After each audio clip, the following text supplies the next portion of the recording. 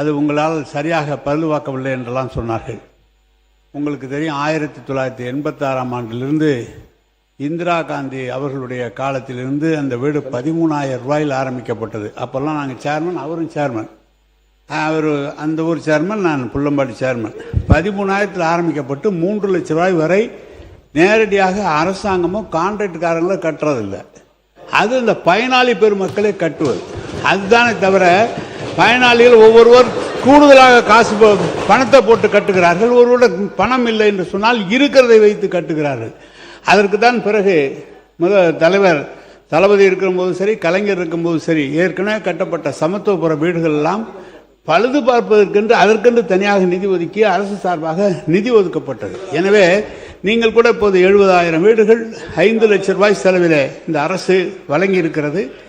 இதை இன்னைக்கு ஏற்கனவே நம்முடைய அமைச்சர் அவர்கள் நேரடியாக சென்று பார்த்தார்கள். எல்லாம் பேஸ்மெண்ட் அளவில் இருக்கிறது என்றெல்லாம் சொல்லியிருக்கிறார்கள். அது பயனாளிகள் பெருமக்கள் அவர்களுடைய சௌகரியத்துக்கு கட்டி கொண்டு வருகிறார்கள்.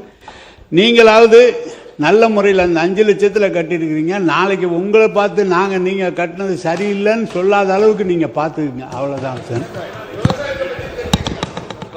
ஓகேங்க, ஓகே, நாங்கள் தெரிஞ்சுக்கிறோம். ஓகே, நாங்கள் தெரிஞ்சுக்கிறோம். மாண்புமிகு பேரவைத் தலைவர்களே, கடந்த 5 ஆண்டு காலத்தில் கட்டி கொடுத்த வீடுகள் நிறைய இடத்துல இடிஞ்சு தொங்குது. அதை அந்த மக்கள்கிட்ட கேட்டால் தெரியும். ஆனால்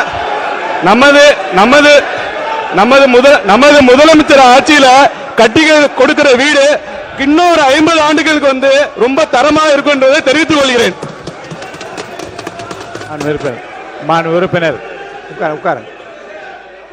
மாண்பு நீர்வளத்துறை அமைச்சர் அவர்கள், மாண்பு நீர்வளத்துறை அப்புறம் தரேன். நீங்க அடுத்து உட்காருங்க. மூத்த உறுப்பினர் சொன்னாரு, நீங்களாவது ஒழுங்கா கட்டுங்க, நாங்க குறை சொல்லக்கூடாது அப்படின்னாரு. நாங்கள் எது செஞ்சாலும் சரியாதான் நாங்கள் செய்வோம். நீங்கள் ஐயோலாம் என்னாதீங்க. நீங்கள் நல்லா தெரிஞ்சுங்க. நீங்கள் ஒன்று நல்லா தெரிஞ்சுங்க உறுப்பினர்லாம், நீங்கள் கொஞ்சம் நல்லாவே தெரிஞ்சுங்க. இனி நீங்கள் கனவு கண்டா கூட இனிமேல் பட்டு நீங்கள் ஆட்சிக்கு வர முடியாது என்பதை தெளிவாக சொல்லிக்கிறோம். புரியுதுங்களா?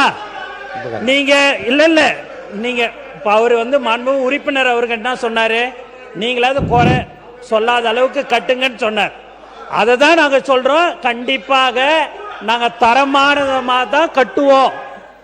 அதுக்கு தான் இந்த 5 லட்சம் ரூபாய்